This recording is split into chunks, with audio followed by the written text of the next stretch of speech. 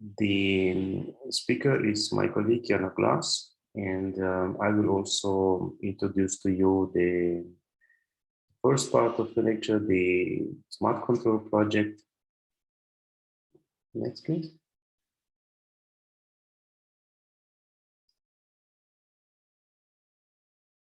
Jana, I need you please to go to the next.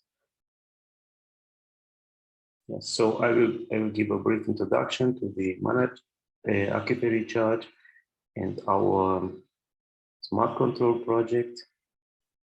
Then we will present to you the INOWAS platform, which is a web-based free numerical groundwater flow modeling system, which includes different tools for groundwater management, planning and optimization, also running different scenario analysis.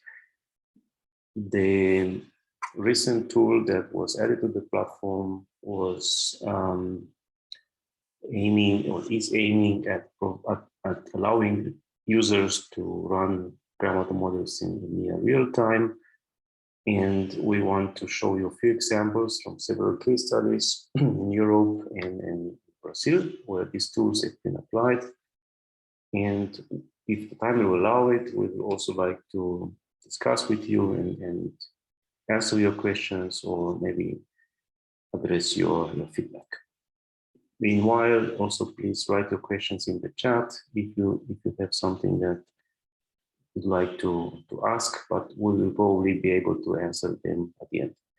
So I'm expecting that most of you are already familiar with the general concept of managed aquifer recharge, and if not, would like to introduce you to the world of MAR. This is one of the techniques that is commonly used worldwide nowadays as part of the say general integrated water resources management plans. The technique is not only one, let's say, specific method, but it's a bundle of approaches aiming at storing surface water underground. So instead of storing water in surface reservoirs and in big structures on the surface, we aim at using the subsurface, the porosity of the soil to store the water underground. And this has quite a few applications, mostly focusing at seasonal and long-term water storage. So we can use the subsurface to store water during the dry season, during the rainy season, and use it back in the dry season. Managed aquifer recharge can be also used in coastal aquifers to prevent saltwater intrusion. Can also increase the capacity of drinking water wells. We can use the same approach for water reclamation projects, where treated wastewater is stored underground and then repumped for different purposes, mostly irrigation of green areas in the cities and so on. And we have a wide range of techniques available today how to do this subsurface storage. We have an example here from a pond in Israel, where treated wastewater is infiltrated and then pumped again for irrigating the green areas of urban settlement. We also have an infiltration well from Australia, where stormwater is collected in the pond nearby and then injected into the ground and then used again during the dry summer months for irrigation.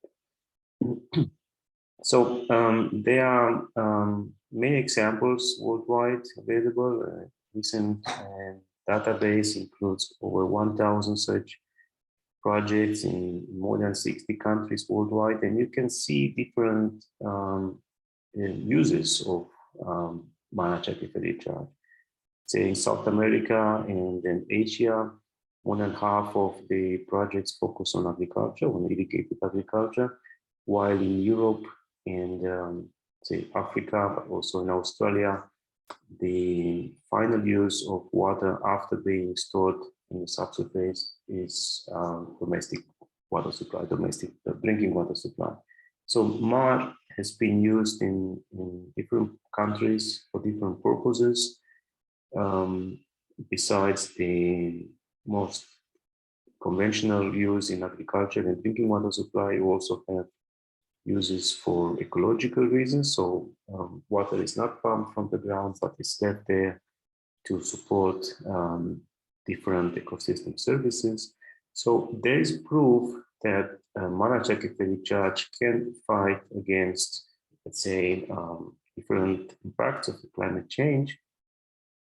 But managed aquifer recharge is also associated with certain risks.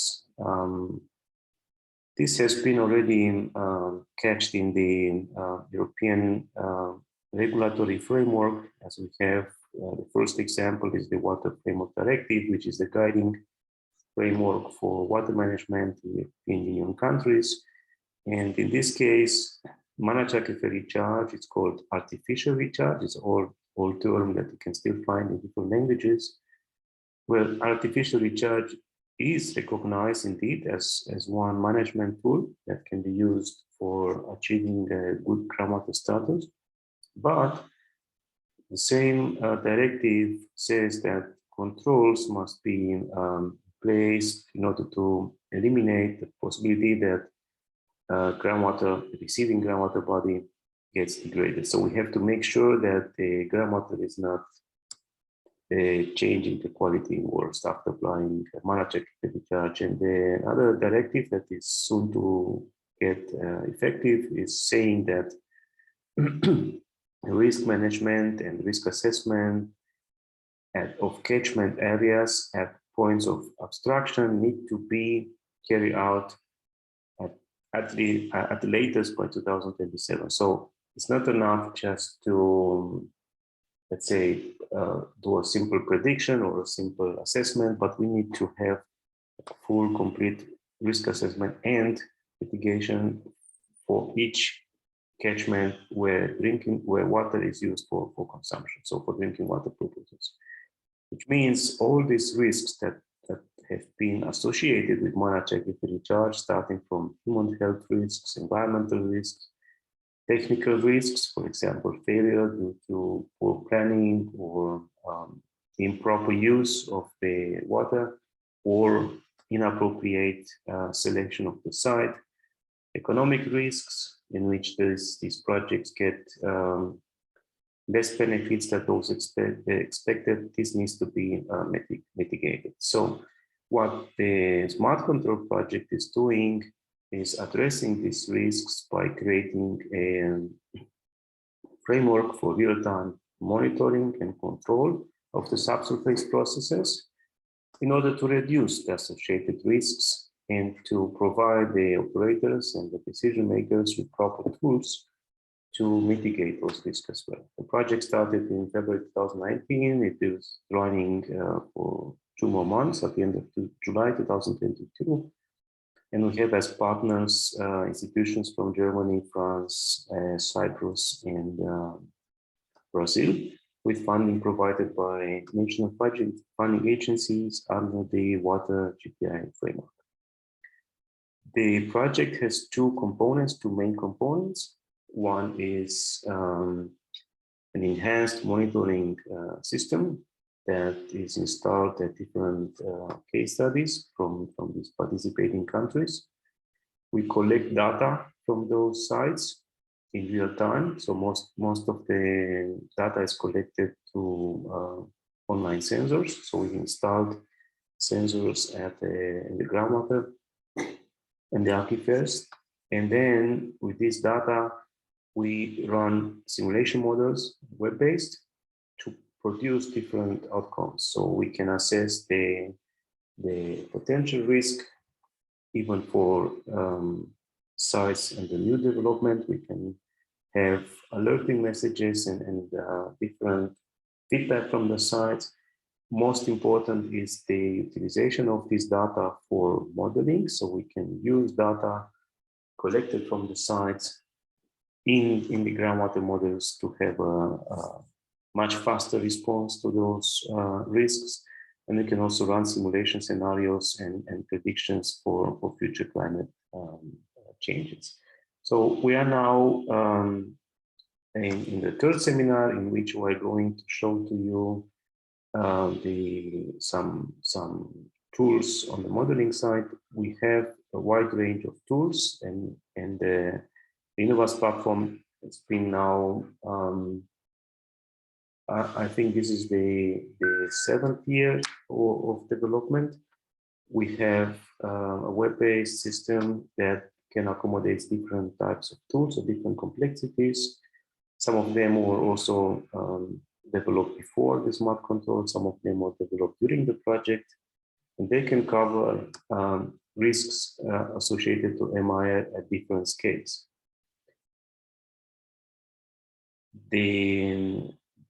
Let's say the most maybe attractive tools can cover the entire catchment, so we can look at risks that start from the capture zone, the pre-treatment, and up to the final use. So we can consider the entire aquifer boundaries.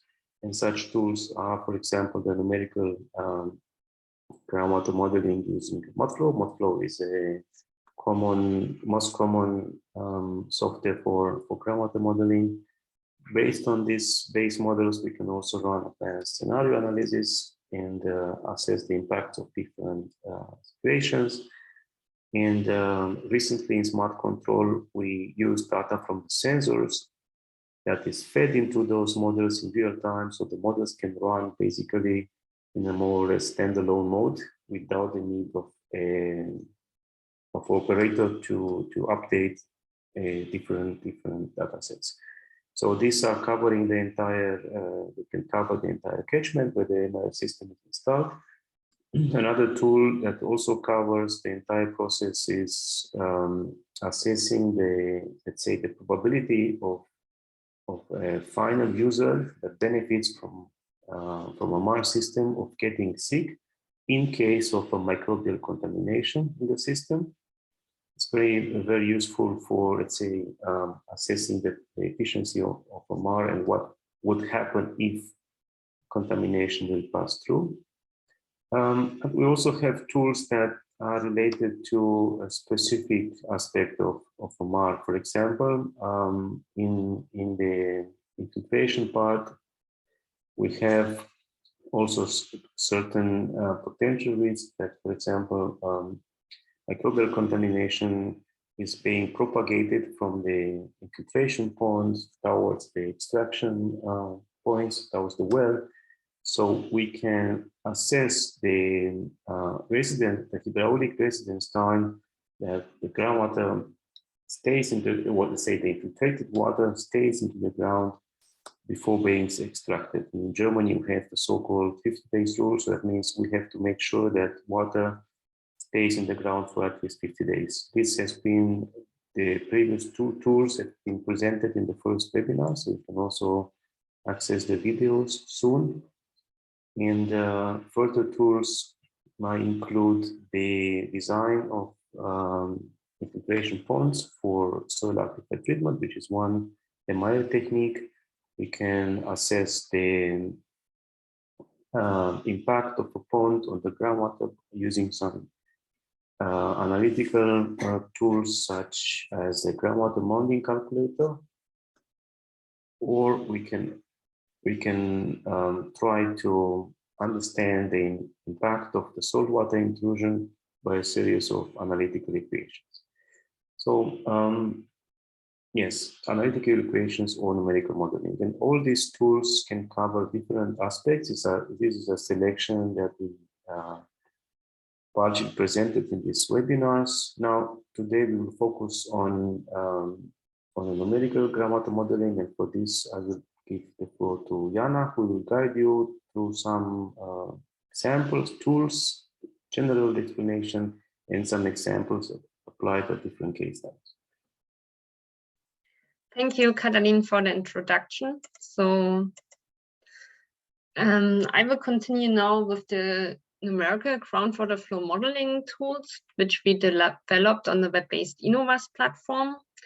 And the core is the tool number 3, the numerical groundwater modeling and optimization tool, which helps to set up a new groundwater flow model of a study area based on MudFlow, which is an open source software developed by USGS.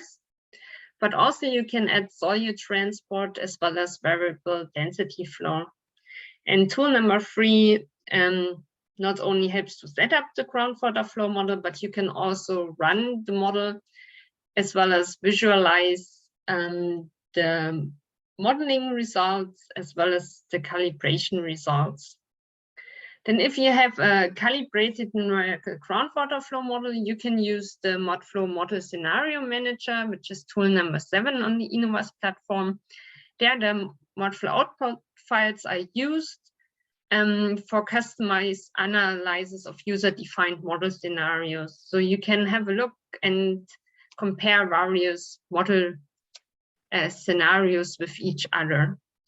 A newly developed tool is the real-time modeling tool. So it allows to automatically integrate new monitoring data into the numerical model. The numerical model, the time frame is extended. And this requires that you have a real-time monitoring system installed at your case study site, as well as connected to the INOWAS platform. Let's have a look at the tool communication. So in the heart, you have the numerical groundwater flow model. When you have a calibrated numerical model, you can either set up a real-time modeling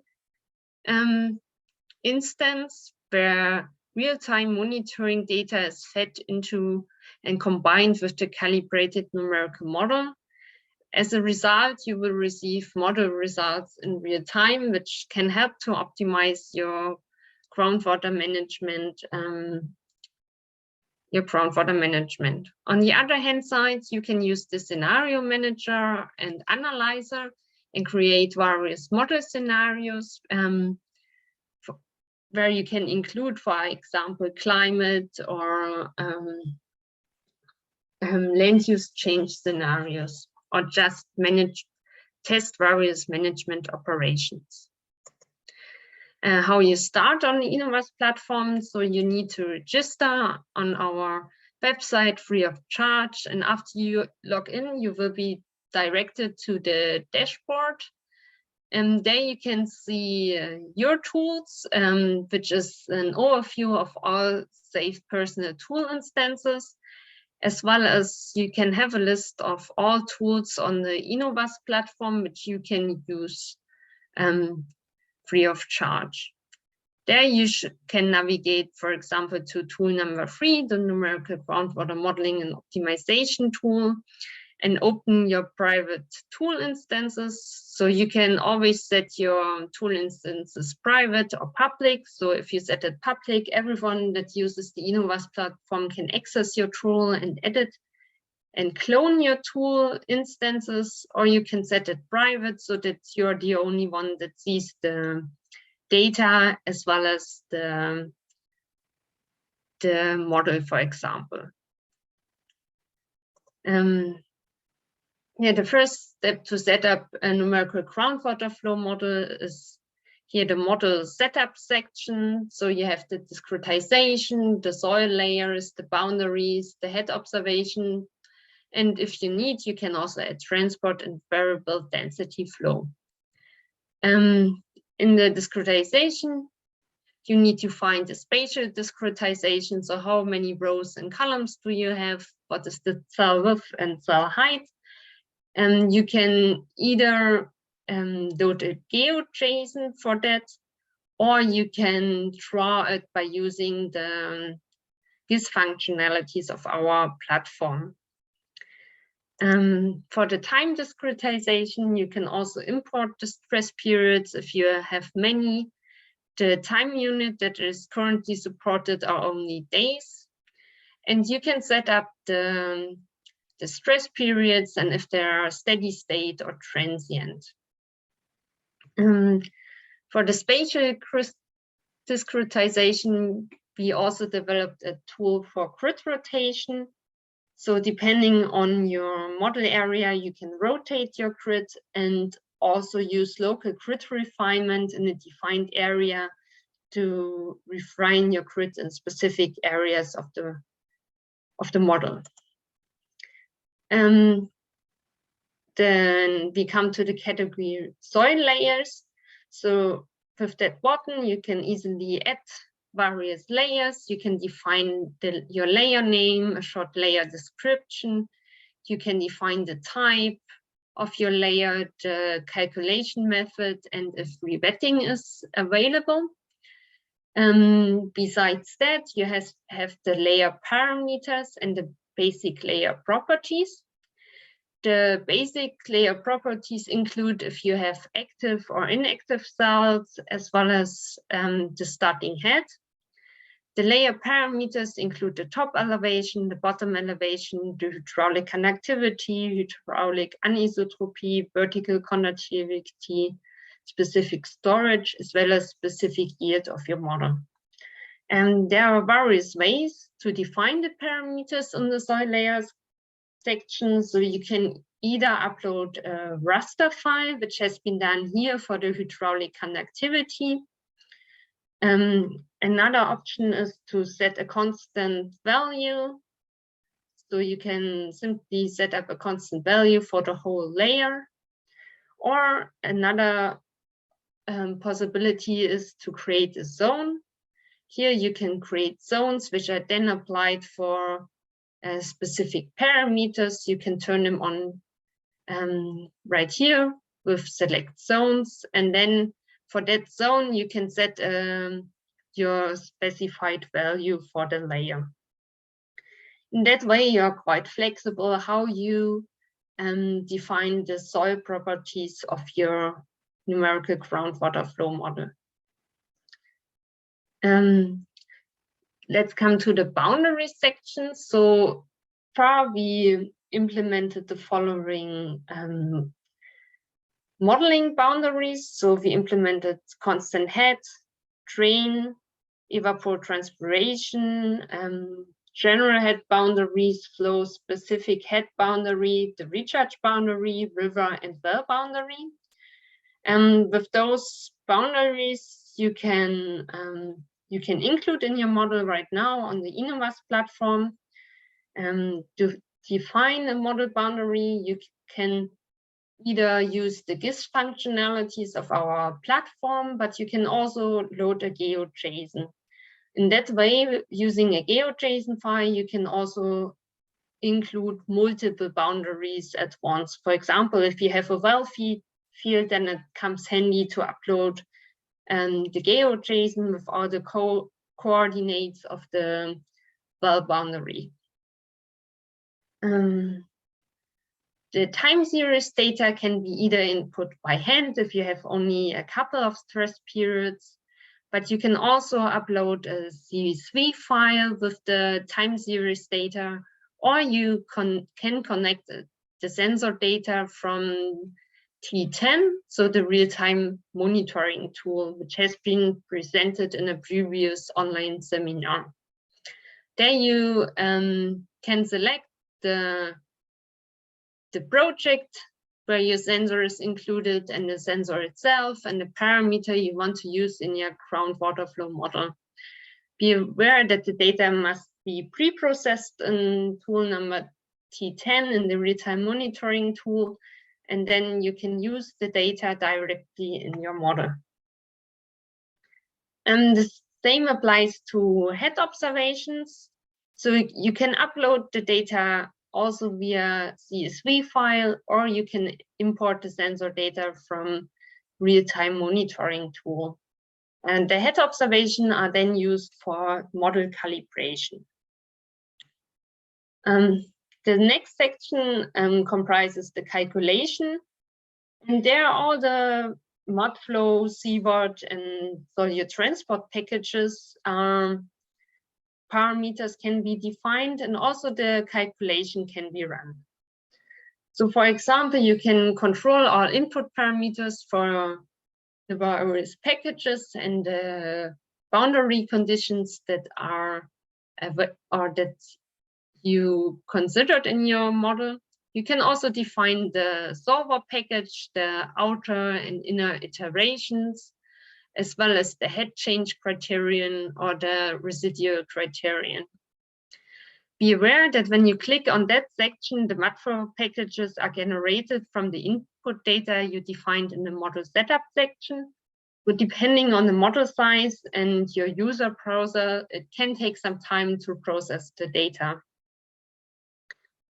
After that, you can calculate your model. So the model parameters are sent to a web server where the calculation takes place. During the calculation, you can always visualize the status. For example, here on the right, the calculation process just started, then it changes to calculating. And when it's finished, you also receive a message. After a successful run, you can have a look at the MudFlow list file and also download and view all MudFlow files. Of course, you need to make sure that your model terminated normally, as in all other groundwater modeling software as well. Then we can come to the results visualization. So there you can have a look at the flow, which includes the heads and the drawdowns on the budget, as well as at the concentrations if you have solute transport active. For the flow, you can have a look at the cross-sectional view. So you can select whether you want to have a look at the head or drawdown, which layer you want to visualize, as well as the time step. And then you can visualize a horizontal and vertical cross-section, as well as the map overview. Then we have the time series overview, where also the head observations are visualized. So you can select a head observation together with the accompanying cell and compare the simulated versus the observed heads for your model. What you can also do here is to start a new scenario analysis, but I come back to that point later. Then we also have a budget overview. So there you can visualize the cumulative volumes or the volumes per time step. Also, you can select the time you want to visualize, and there you can see all input and output volumes of your numerical groundwater flow model. And also the discrepancy is visualized, which is also good to evaluate your model. Another way to evaluate the goodness of your model is to have a look at the calibration window, which you can find here. So there you can see the statistics. For example, the residuals, as well as the root mean squared error or the coefficient of determination. We also implemented some graphs which analyze your model calibration. So you can have a look at the simulated versus observed values, at the weighted residues versus simulated heads, as well as the ranked residues against normal probability, to see if there are any discrepancies in your model, or if in any section of your model the model prediction worked very good or not so well. As here with the higher values, you can see that the model predictions are not working that well anymore. And after successful model calibration, you can start to use your groundwater flow model, for example, for scenario analysis. So you can integrate, for example, various management scenarios as well as climate change, land use change, or urban change, to evaluate the influence on your local groundwater system. And for that, we developed a specified tool. It's called the Scenarios Manager and Analyzer tool. So when you start your scenario analysis, you can either go to the dashboard and then select the model you want to combine for the scenario analysis, or go directly from the results section of your numerical groundwater flow model. When you started your scenario analysis, you can clone your base model, and from there you can start to edit your groundwater flow model. There are various results visualizations, and for the scenario editor, it's really easy to change boundary conditions, as we included options to include a percentage change. For example, if you want to see that your groundwater recharge rate is probably decreasing due to climate change, then you can simply add a rate in the boundary section of your numerical groundwater flow model. Or if you know, okay, my water abstraction increases by 10% in the future, you can easily adapt it here as well. Of course, you can also upload other values using CSV files. After you run your model again, you can return to your scenario analysis and visualize your results. So that's the view we already saw, the cross-sectional view. You can have a look at how your groundwater levels are changing in a vertical or horizontal cross-section. You can again choose the time step and the layer you want to have a look. There's also the map view, so you can compare also here how the groundwater levels are changing with the scenario. Here, for example, in that scenario, the pumping was increased by 10%. Another view we developed is the scenario difference view. So you can choose a scenario and compare it with your base model to see how the head is evaluating or is changing due to the changes you did in the boundary conditions.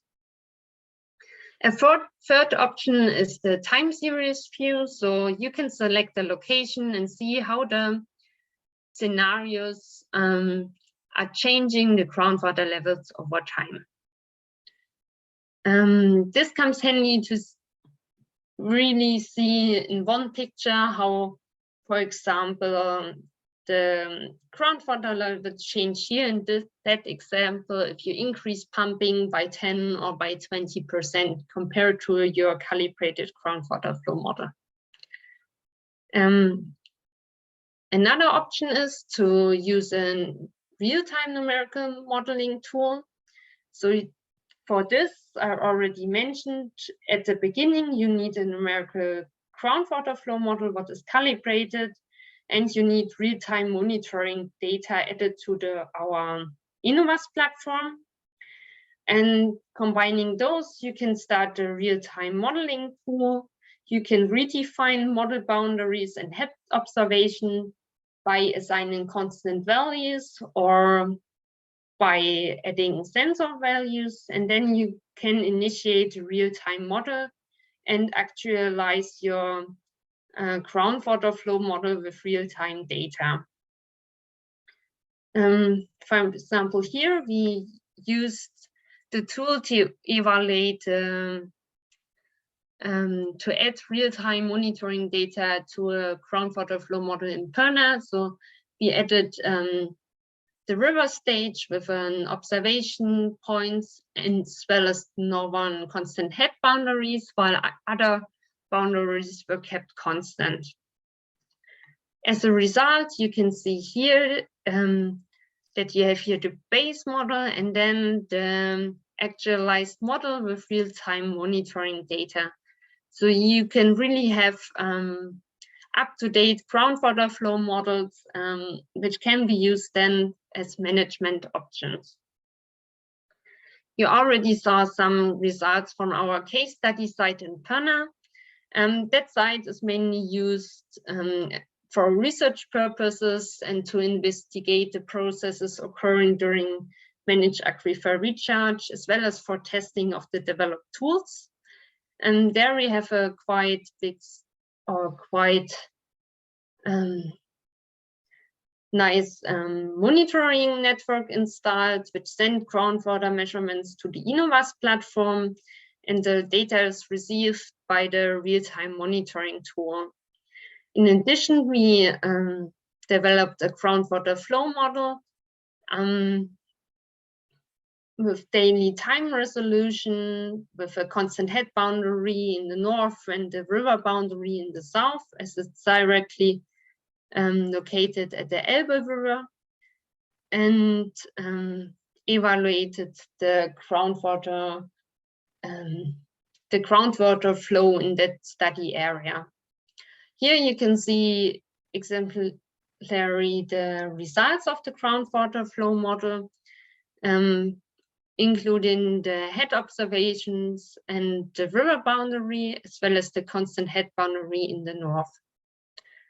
With scenario analysis, we try to evaluate how the groundwater flow levels would change if we include a pumping well in our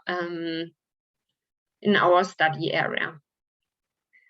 The tools were also used at the Aquarenova MAR project in France, and their water from the river is transferred through infiltration basins, where the water is infiltrated underground to mitigate saltwater intrusion, but also to use it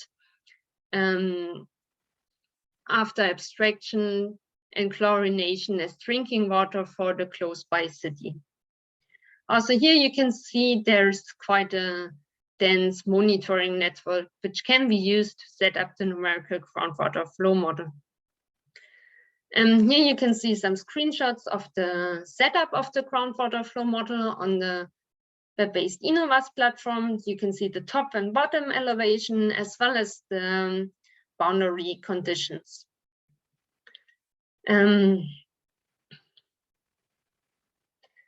Yeah, here you can evaluate are some results shown for that case study site. So you can see what influence does the MAR facility has on the local groundwater system. So on the left, the MAR infiltration is active, and you can see here a groundwater mound, while on the left, the MAR infiltration is not taking place at that moment.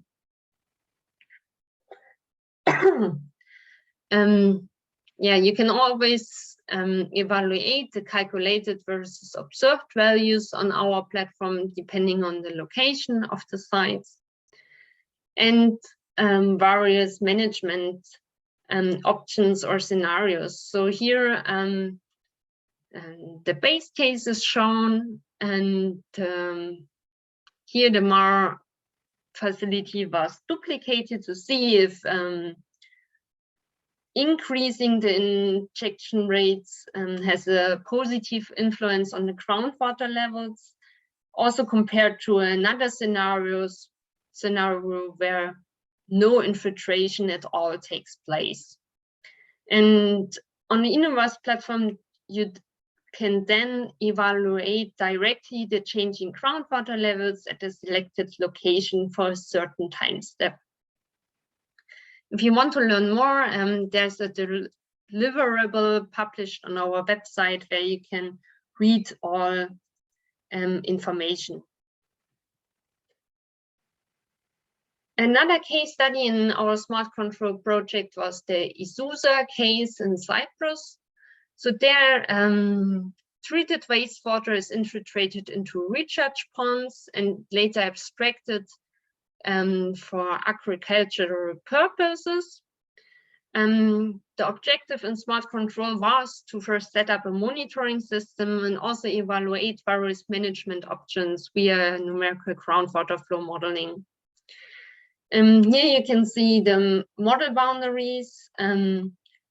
There's a constant head boundary assumed in the north, and then we have various infiltration ponds where the water is infiltrated, and the abstraction wells or pumping wells are located throughout the catchment, as well as some observation wells.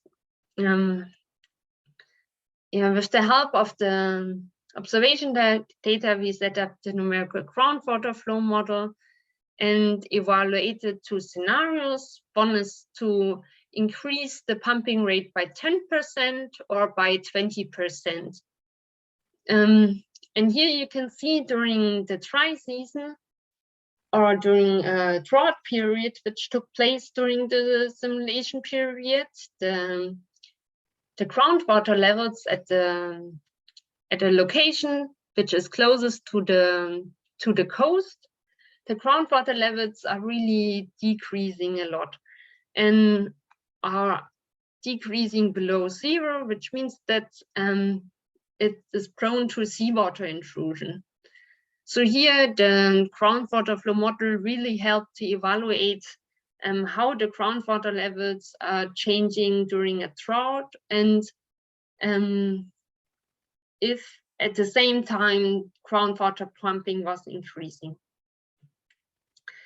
We also had a pilot case study site in Recife, Brazil. So their rooftop rainwater is infiltrated through an ASR well. It's mainly used to store flood water and not recovered right now. For that study area, we also set up a groundwater flow model and evaluated the heads on the INOWAS platform. And to sum up, so the interactive web-based numerical modeling and scenario tools provide first a user-friendly open source interface to set up, run, and calibrate a numerical groundwater flow model. It's an easy way to evaluate and compare various management options, as well as climate, land use, or urban change into the model runs via the scenario management. And we think it's easy to collaborate with partners and decision makers, as you can directly show the results and really compare the model scenarios with each other. So it helps for scientifically based groundwater management and decision making. It's an easy to use instrument also to reduce the risk associated with MAR facilities. And the tools were tested at various pilot or full-scale MAR demo sites in Germany, France, Cyprus, and Brazil. We would like to thank the Smart Control Project team, as well as our partners from the various countries, and share my contact details. And with that, I would like to give back to Katalin so we can start with the discussion.